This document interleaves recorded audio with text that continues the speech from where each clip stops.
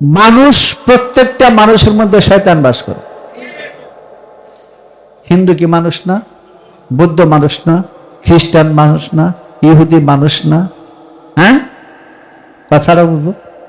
তাহলে তাদের মধ্যে কি শয়তান নাই? অন্য ভাষায় আছে, হয়তো ডিবল আছে, নয়তো অসুর আছে, তো নারদ আছে, নয়তো অন্য ভাষায় অন্য কিছু আছে, আছে না? কোরআনের ঘোষণা হইল শয়তান মুক্ত মানুষটা মুসলমান, শয়তান মুক্ত মানুষটা মুসলমান।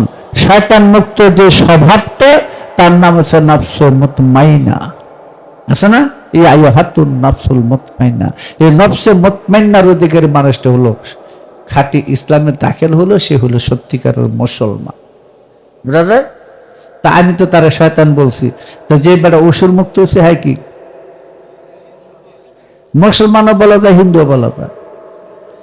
যে খাঁটি ডিবল মুক্ত মানুষটা কি খ্রিস্টানও বলা যায়, মুসলমানও বলা যায়, শান্তিবাদী না? আর বেজাল তো লাগায় শয়তানে মনের ভিতর থেকে, নাকি? তাহলে সর্বধর্ম বললাম, এই যে ধর্ম কিন্তু একটা, ধর্ম বহু না, ধর্ম একটা। ধর্ম একটা কি?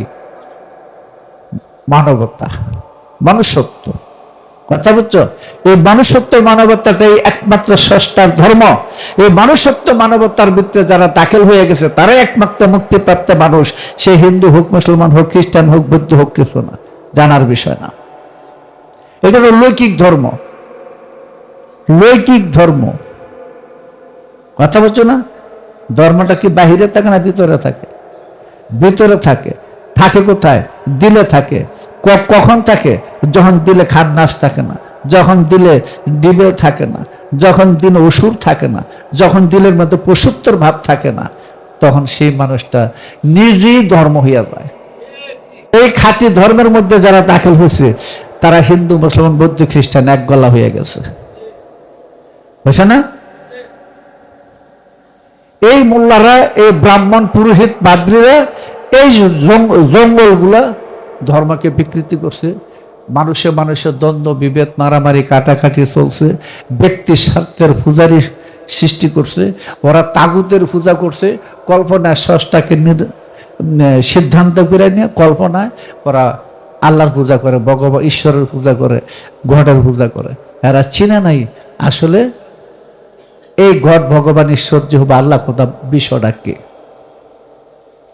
যদি মানুষ হইতো তো খোদা চিনত, যদি মানুষ হইতো ঈশ্বর চিনত, যদি মানুষ হইতো তাহলে গড চিনত, যদি মানুষ হইতো জিহোবা চিনত, বুঝা নাই? চিনতে পারতো। এরাই বলে কত সুন্দর কথা, যুগে যুগে ভগবান মানুষ রূপে অবতার। ভগবান যদি যুগে যুগে মানুষ রূপে অবতার হয়ে থাকে, পাক পবিত্র মানুষ, কামেল পুরুষে যদি ভগবানের অবতার হয়ে থাকে, ঈশ্বরের অবতার হয়ে থাকে, মানব সুরতে, আদম সুরতে যদি আল্লাহ হয়ে থাকে, নাকি? তো তোমরা আল্লাহ খোদা কোথায় কোথো? ওরা যারা আল্লাহ চিনে না, এরা হলো ধর্ম সন্ত্রাসী। এজন্য বলি, যারা নিরাকার আল্লাহ বিশ্বাস করতেছে, আসমানে আল্লাহ বিশ্বাস করতেছে, আসমানে আল্লাহ বিশ্বাস করতেছে, এদের থেকে জীবন দিয়ে হইলো তোমরা দূরে থাকো। ওগুলি মহাভয়ঙ্কর, ওটা মানুষ না। এরা যা খুশি তা করে ফেলাইতে পারে। কাজে ধর্ম সুন্দর জিনিস। ধর্ম যে ধারণ করছে সে ধার্মিক। আর ধার্মিকের দ্বারা কখনো কারো কোনো ক্ষতির চিন্তা হবে না, কারো হিংসা, অহংকার, অহমিকার ভিতরে চলবে না। কথা বলছো? সে মানুষটা পবিত্র এবং পাক পবিত্র এবং সত্যবাদী মানুষ, যাকে কোরআনের ভাষা বলা হয় সাদেকিন। কথা বলছো? আমাদের সমাজের মধ্যে এই নামাজ, রোজা, হজ, যাকাত, পূজা পার্বণ, বিভিন্ন রকমের উপাসনার মাধ্যমে যদি তুমি সে খান্নাস মুক্ত না হইতে পারো, অসুরুক্ত মুক্ত হইতে না পারো, ডিবল মুক্ত না হইতে পারো, তাহলে তোমার এই উপাসনায় তোমাকে জাহান্নামে নিয়ে যাবে, নরকে নিয়ে যাবে। এটাই, এটা একটা বৃথা আত্মতৃপ্তি ছাড়া আর কিচ্ছু না, যে এইটা করলে এটা হইয়া যাবে না। মানুষের মধ্যেই মানুষের শত্রু, মানুষের মধ্যে মানুষের শত্রু। কলা রাব্বাকুম উদুনে আস্তাজিবলাকুম, কোরআন বলছে। হ্যাঁ, কি বলছে? আল্লাহ বলেন তুমি একা হইয়া ডাকো, আমি সাথে সাথে তোমার ডাকে সাড়া দেব। অর্থাৎ তুমি শয়তান মুক্ত হও। আমি নফসের মধ্যে বাস করে শয়তান, এই শয়তানটাকে যখন আমি মুক্ত করব, নিয়ন্ত্রণ করব, কন্ট্রোল করব, নিজের অধীন করে নিব, আল্লাহ সাথে সাথে আমার ডাকের সাড়া দিবে। কোরআনে বহুবার এই কথাটা তুলে ধরছেন আল্লাহ পাক। তখন দেখা যাবে ওই মানুষটি হয়ে যাবে খোদার বান্দা, আল্লাহর বান্দা, এক হয়ে গেছে। বুঝলেন? কাজী যারা শুধু দাড়ি টুপি জুব্বা টিকলি পৈতা ক্রুশ ইত্যাদি চিহ্ন দিয়া ধর্ম বুঝায়, ওগুলি ধর্মের সন্ত্রাসী, ধর্ম সন্ত্রাসী। ওটা ধর্ম বলতে কিছু বুঝো না, ওটা সীমানা দিচ্ছে। আমি ইয়া বড় পাগড়ি জুব্বা, আমি কিন্তু টুপি দাড়ি পাগড়ি দোষ ধরি না। আমি একটা কথা বলছিলাম, শিয়ালের মাথায় টুপি, এই কথা কি আজগুবি? একটা গানের মধ্যে আছে। আরেকটার মধ্যে আছে মানুষের সুরতে পশু, দেখতে সুন্দর মাকাল ফল। বুঝা গেছে কি কইছি? চেহারাটা মানুষের, স্বভাবটা পশুর না। সুরে করছে রূপের তার সুরে, কি জানে, মানুষের সুরতে পশু, দেখতে সুন্দর মাকাল ফল। কানাই করছে রূপের তারিফ, সুরে বলছে হলি বল। নফস আম্মারার তাবেদারি, ইন্নান নাফসা লাম্মাতুম বিসু, কোরআন বলছে। নফস আম্মারার তাবেদারি, মাথায় টুপি, মুখে দাড়ি, তাবলিগ করে বাড়ি বাড়ি বানরের হয় ধর্মমুক্তি। মন আমার সিন্দিলার এই সংসারে কিসে হয় নবীর সুন্নতি। দাড়ি টুপি লম্বা জামা, এই নাকি তোর সুন্নতে গেলে একটা সুন্নত না। এই মোল্লার দলের তোরা কত ব্যবসা করবে এগুলো লিয়া? রাসূলের 17 সুন্নত এই যে এখানে দেওয়া আছে। আজকের থেকে 1150 বছর আগের বিশ্ববিখ্যাত ফাঁকাবিদ কাজী আয়াস তার আশরাফা কিতাবের প্রথম খণ্ডের 174 পৃষ্ঠার মধ্যে দিয়ে রাখছেন। আরো সর্বপ্রথম মুহাদ্দিস ভারতবর্ষের মধ্যে হযরত আব্দুল হক মুহাদ্দিস দহলভী তার মাদারুন নবুওয়াত কিতাবের মধ্যে রাসূলের 17টা সুন্নত দিয়ে রাখছেন। সেই বিজ্ঞানময় জ্ঞান গর্ভ সুন্নতকে মোল্লারা ব্যবসা করার জন্য দাড়ি সুন্নত, ওই টুপি সুন্নত, নাকি জুব্বা সুন্নত, এই ইত্রামিলটা তারা করেছে। এই জন্য এগুলি মানুষ হয় না। মানুষের এক জিনিস, আর এগুলি রাখা আরেক জিনিস। কত শত বছরে কত শত মানুষদের এই দাড়িওয়ালা টুপিওয়ালা সিটারি বাটফারের মধ্যে ধরা পড়তেছে। এই যে আমি আমি প্রায় দেখি, টিভিতে দেখে না, ওই যে ভোক্তা অধিকারের যে কাজগুলি, দোকানে গিয়ে যে মাল বেশি দামে বিক্রি করে। হ্যাঁ, এক মোল্লার দোকানে ঢুকছে, ঢুকে হাই রে 1 বছর জেল, 1 লাখ টাকা জরিমানা, 1 বছর জেল দিয়েছে। ইয়া বড় দাড়ি, মাথার মধ্যে কি বড় টুপি দিয়ে এগুলি করতেছে। কথা বুঝছো? এটা আরবিয়ান সংস্কৃতি। আরবিয়ান সংস্কৃতি তাদের দেশে দাড়ি রাখা সামাজিক মর্যাদার অবস্থান। হযরত আব্দুল মুত্তালিব তো নবী ইসলাম প্রচার করার আগে চলে গেছে। আমি হযরত বললাম কেন? কারণ তিনি দ্বীনে হানিফের মধ্যে আল্লাহর নূর বহনকারী, আল্লাহর নূর বহনকারী। কথাটা বুঝো? তিনি দাড়ি দিয়ে কাবা ঘর ঝাড়ু দিতেন। আল্লাহ কত লম্বা দাড়ি ছিল, যত লম্বা দাড়ি থাকতো আরবের মর্যাদা তার বেশি। এটা আরবিয়ান সংস্কৃতি। আল্লামা ইকবালকে প্রশ্ন করছিল ওহাবি শয়তান, কাট্টা শয়তান হোসাইন আহমদ মাদানী, নবীর বংশ দাবিদার। তিনি বলছিল ইসলামের মধ্যে দাড়ির কোনো ভূমিকা নাই। তখন ওই হোসাইন আহমদ মাদানী সর্বপ্রথম ওনাকে কাফের ফতোয়া দিয়েছিল। তখন আল্লামা ইকবাল বলছিল ইসেবু আবুল হাবিস্ত, ইসেবু আপনার মধ্যে গন্ধ আছে, আবুল হাবিস্ত, আবুল হাবের, আপনি নবীর বংশ, তবে আবুল হাব। যেই আল্লামা ইকবাল বলছিলেন প্রতিদিন সকালে আজকের দিনটা কিভাবে যাবে জিবরিল আমাকে বলে দেওয়া যায়। কথা বলছো? এই সমস্ত ব্যবসা মোল্লারা ধরছে দেখি আজকে আমরা মানুষ হই না। কত এমন একটা সমাজ দেখাইতে পারবে যে সমাজের মধ্যে ঝগড়াঝাটি নাই, মারামারি নাই, মামলা মোকদ্দমা নাই? পারবে? আর নামাজ রোজা অস্বীকার করছে এরকম কেউ পাবে? নামাজও পড়তেছে, রোজাও করতেছে, সবকিছু করতেছে, মারামারি কাটাকাটি হিংসা বিদ্বেষ অহংকার কার ভাষা থেকে বাস ঢুকাবে, এগুলো আসে না? এগুলি কি আসলে মুসলমান না মুসলমান বেশে শয়তান? আল্লামা ইকবালের ভাষায় মুসলমান বেশে বানর নাচতেছে। মুসলমান তারাই যারা শয়তান মুক্ত, যে নিজে স্বাধীন হয়েছে, অন্যের প্রতি যে সৎ আচরণ ব্যবহার করে, অন্যের প্রতি যে কল্যাণ করে, কল্যাণকর চিন্তা করে, অন্য অন্য জীবের মঙ্গল বা মঙ্গল কামনা করে, এরা হইল মুসলমান। কথা বলছো? এই ইসলামের বিকৃতি সংজ্ঞাগুলো দিয়েই আজকে আমরা এই দশা হয়ে গেছে।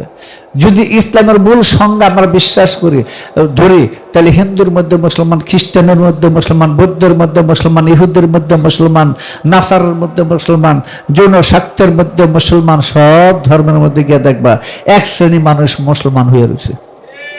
বলো, শয়তান মুক্ত কি একটা হিন্দুও নাই? 94 কোটি হিন্দুর মধ্যে একটা কি শয়তান মুক্ত নাই? তাহলে ওই লোকটা কি? ঠিক আছে, আমি আরবি ভাষায় বললাম মুসলমান, তার ভাষায় হিন্দু।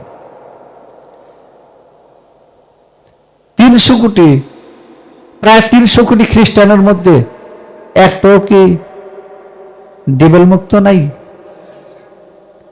হ্যাঁ, কোরআন মতে যদি শয়তান মুক্ত মানুষ ইসলামে দাখিল হয়ে থাকে, পরিপূর্ণ ইসলামে দাখিল হইল, মুসলমান হয়ে থাকে, তাহলে যে ব্যক্তিটা ডিবেল মুক্ত হয় কি? আমরা সে শয়তানকে আর তো ডিবেল করে বুঝো নাই? এই যে এখন বার করছে না ডিবেল হান্ট নাকি, এই ডিবেল হান্টটা কি আসলে? এক ডিবেলে আরেক ডিবেলের দৌড়াইতেছে, এক ডিবেলে নিজের স্বার্থ বাস্তবায়ন করার জন্য আরেক ডিবেলে দৌড়াইতেছে। আমি তো আলোচনা করছি, ইউটিউবে তো ছেড়ে দেবে, কাটবে না। এক ডিবেলে না নিজের স্বার্থ পূরণ করার জন্য আরেক ডিবেলকে দৌড়াইতেছে। যদি মুসলমান হতো তাহলে এই সমস্ত কুকীর্তি থাকতো না। মুসলমান হলো সৎ চিন্তার মধ্যে থাকে, মুসলমান ভ্রাতৃত্ব বন্ধন, প্রেম মহব্বত ভালোবাসা সাম্য গুণে মুসলমান বাস করে। আমি খাইব, তুমিও খাইব। কথা বলছো? এই গুণে মুসলমান ইসলাম বাস করে। আমাদেরকে ভুল শিক্ষা দিয়ে আজকে সমাজের মধ্যে এই দ্বন্দ্ব বিভেদ লেগে রয়েছে, গন্ডগোল। শুধু এই না, আজকে মুসলমান করে একটা একটা করে শেষ করতেছে। যে গাদ্দাফি, যাকে সিংহের মতো বলা হতো, তাকে হত্যা করলো। সেই সাদ্দামকে হত্যা করলো না? এই সৌদি আরব সহায়তা করছে এদেরকে এই যুদ্ধটার মধ্যে। সৌদি আরব শত শত নারী আমেরিকার সৈন্যদের কাছে দিয়ে সাপ্লাই দিয়া, কারণ ওর নারী ছাড়া থাকতে পারে না, সাপ্লাই দিয়া, এই নারী দিয়া আমেরিকার সৈন্য রেখিয়া এদেরকে দিয়ে ইরাক আক্রমণ করে ধ্বংস করছে না? এতগুলা মুসলমান রাষ্ট্র কই আসছিল তখন? কেন মুসলমান রাষ্ট্রের বিরুদ্ধে লেগে রয়েছে? কেন মুসলমানের মাথার মধ্যে মগজ নাই? আমেরিকা মুসলমান রাষ্ট্রের মধ্যে পৃথিবীর অর্ধেক তেল আছে, মুসলমান রাষ্ট্রের মধ্যে অর্ধেক তেল আছে, সেই তেল আমেরিকা কিনা নেয় বা রাশিয়া চুক্তিতে কিনা নেয়। আমেরিকা কিনা নিয়ে বাংলাদেশের সমতুল্য এক জায়গা ভরে থিয়েছে তেল দিয়া, তার তেল ঠিকই রয়েছে, এক কিনা তেল ব্যবহার করে। এখন আমেরিকা যে আমার মুসলমান থেকে তেল নিয়েছে, টাকা দিছে না? টাকা দিছে না? হ্যাঁ, এখন কি করছে? টাকাটা নিতে হবে, টাকা নিতে হবে। কেমনে নেবে? মুসলমান রাষ্ট্রের সাথে মুসলমান রাষ্ট্রের যুদ্ধ লাগায় দেয়, দ্বন্দ্ব লাগায় দেয়। অস্ত্র লাগবে না? আমেরিকাতে অস্ত্র কিনি, টাকাটা নেয় কেটা?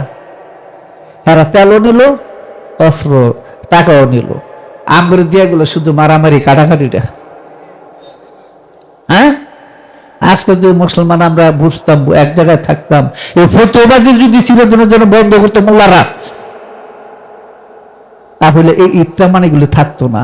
আজকে আমরা বুকে বুকে মিলে থাকতে পারি না। কেন? কারণ বুকের মধ্যে বাস করে শয়তান। এটা এখন হবে কি করে? কি করে এক হবে?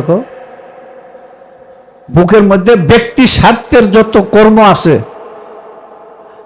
সর্বক্ষেত্রে আজকে এটা হইতেছে। আমেরিকার উদ্দেশ্য হলো, ইসরায়েলের উদ্দেশ্য হলো গাজাটারা দখল করব। হ্যাঁ, গারমোটা সৌদি আরবের সৈন্যরা এই গারমোটা সৈন্য করে 3 বার দৌড়ে বাড়িতে উঠেছে ইসরায়েলে। অথচ পৃথিবীর সর্বশ্রেষ্ঠ মানে মানে 1 নম্বর অস্ত্র ক্রেতা হলো সৌদি আরব।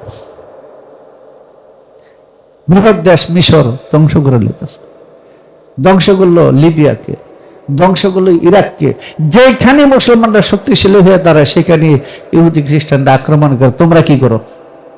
তোমরা একটার পাশে আরেকটার মধ্যে আঙ্গুল দাও, একটার পাশে আরেকটা গুতা দাও, দিয়া দৌড়ে কুত্তার মতো মসজিদের মধ্যে দেখো আল্লাহ উমুখের উপর গজব ফেলাও। শয়তানের দল। এই গজব যদি পড়তে হয় মুসলমানের উপরে আগে পড়বো, কারণ আমরা বাস্তবতাটা বুঝি না। বাস্তবতাটা বুঝি না। যদি বাস্তবতা বুঝতাম, মুসলমানের উপরে হাত দেওয়ার কারো কোনো শক্তি ছিল না। আমরা এখন সাফার ধরে এই সাফাতুন্নেসা শরীফ হাদিস পড়া, সাফাতুন্নেসা শরীফ হাদিস, এই হাদিস পড়ে ফিরে আজকে আমরা একজনের পাশে আরেকজনের ফতুয়া দেই, হ্যাঁ, হিংসা বিদ্বেষ করি, মারামারি কাটাকাটি করি নিজেদের মধ্যে। আচ্ছা একটা কথা বলেন, একটা বাড়িতে যদি 4টা ভাই থাকে, 4টা ভাইয়ের মধ্যে যদি মারামারি কাটাকাটি থাকে, কথাটা বুঝেন, বাইরের লোকের এটা শক্তি পাইব না? হ্যাঁ, রাইসা আরো বেজার লাগাইব, কুপরামর্শ দিব। আর যদি 4 জন এক থাকে, বাইরের মানুষ কিছু করতে পারবে? আমরা আজকে 158টা রাষ্ট্রের মধ্যে এক রাষ্ট্র আরেক রাষ্ট্রের কেন দেখতে পারি না? এক রাষ্ট্র আরেক রাষ্ট্রের সাথে কেন মিল নাই? মুসলমান কেন সিয়া সুন্নি রাফিজি খারিজি হালবিয়া তালাবিয়া মালামাতিয়া কাদরিয়া জবরিয়া কেরামতিয়া এই ফেরকার জন্ম দিতে দিতে, এই ফেরকার প্রসব করতে করতে করতে করতে এগুলোর ফ্যাট আর ফাঁসাতে খালি হয়ে গেছে, ফাঁক হয়ে গেছে গা। এই জাতি টিকবো কি করে? কি করে টিকবে? সব ব্যক্তি স্বার্থের পূজারি চলছে, সব স্বার্থবাদী, সব মাতাল নেশাগ্রস্ত মুসলমান। মুসলিমস আর মর্সপিয়াড্রোস্ট। মুসলমান সংজ্ঞাহীন জাতি, ব্যবতা জাতি। আমাদের চেতন জাগে না এখনো। মুসলমান একদিন এক হবে, মায়ের খাইতে খাইতে খাইতে খাইতে যেদিন ফাঁসা গুতা এক করে নেব সেদিন মুসলমান এক হবে। কথা বুঝছো? আমরা শরম করা উচিত। আমরা মুসলমান দাবি করি, মুসলমান ইসলাম অর্থ হলো শান্তিবাদী। কথাটা বুঝছো? আমি শুধু খালি জাতিগত মুসলমানের কথা বলি না। হিন্দুর মধ্যে যিনি শান্তিবাদী তিনি খাঁটি হিন্দু, বৌদ্ধের মধ্যে যিনি শান্তিবাদী তিনি খাঁটি বৌদ্ধ, খ্রিস্টানের মধ্যে যিনি শান্তিবাদী তিনি সত্যিকারের খ্রিস্টান, যিনি ইহুদের মধ্যে যিনি শান্তিবাদী, সর্বজনীন, সব মানুষকে ভালোবাসে মানুষকে, তিনি খাঁটি ইহুদি। খাঁটি হিন্দু, মুসলমান, বৌদ্ধ, খ্রিস্টানের মধ্যে কোনো দ্বন্দ্ব নাই। একটু লক্ষ্য করলে আভাস পাইবেন। হাজী লোকনাথ ব্রহ্মচারীর কাছে সব জাতি যায়, যায়নি? হ্যাঁ, আচ্ছা কতক্ষণ মোল্লার বাড়িতে সব জাতি যায়? কি একজন হিন্দু গুরুর বাড়িতে সব জাতি যায়, ব্রাহ্মণের বাড়িতে কয়জন যায়? যায় না। পাদ্রী বাড়িতে সবাই যায় না। কথাটা বুঝছো? কাজী যিনি মানুষ হয়ে যায় তিনি সবার হয়ে যায়, আর যিনি সবার হয়ে যায় সব মানুষ তারও হয়ে যায়। তাদের দ্বারা সমাজ, এই মানব সমাজ দণ্ড, এগুলো হলো সভ্য মানুষ, আর বাকি সব হলো অসভ্য মানুষ। খালি নামাজ রোজা হজ যাকাত টিকলি পৈতা এই পূজা পার্বণ করলে তুমি একটা কিছু হয়ে গেছো। ভারতের মধ্যে, গুজরাটের মধ্যে মুসলমানদের গন্ডগোল, হিন্দুদের গন্ডগোল কেন? কারণটা কি? কারণ একটা মুসলমান না, হিন্দু না, আসলে মুসলমান বেশে হিন্দু বেশে করতেছে শয়তান আর নারদের ভাড়াভাড়ি। এক শয়তানে দুইজনের ভিতর থেকে লাগিয়ে গেছে, নামটা পাল্টাই লইছে, বুঝছো না? নামটা পাল্টাই লইছে, হয়তো হারা কবি অসুর নারদ, আর আমরা কবি শয়তান, হারা কবি ডিবেল, আমরা কবি শয়তান ইবলিশ। একটাই কিন্তু একটা সত্তাই বিভিন্ন মানুষের মধ্যে থেকে মারামারি কাটাকাটি করতেছে। ওই শয়তান মুক্ত, খান্নাস মুক্ত, ইবলিশ মুক্ত, নারদ মুক্ত, ডিবেল মুক্ত, নারদ মুক্ত, অসুর মুক্ত মানুষটাকে বলা হয় ধার্মিক। কথা বুঝছো?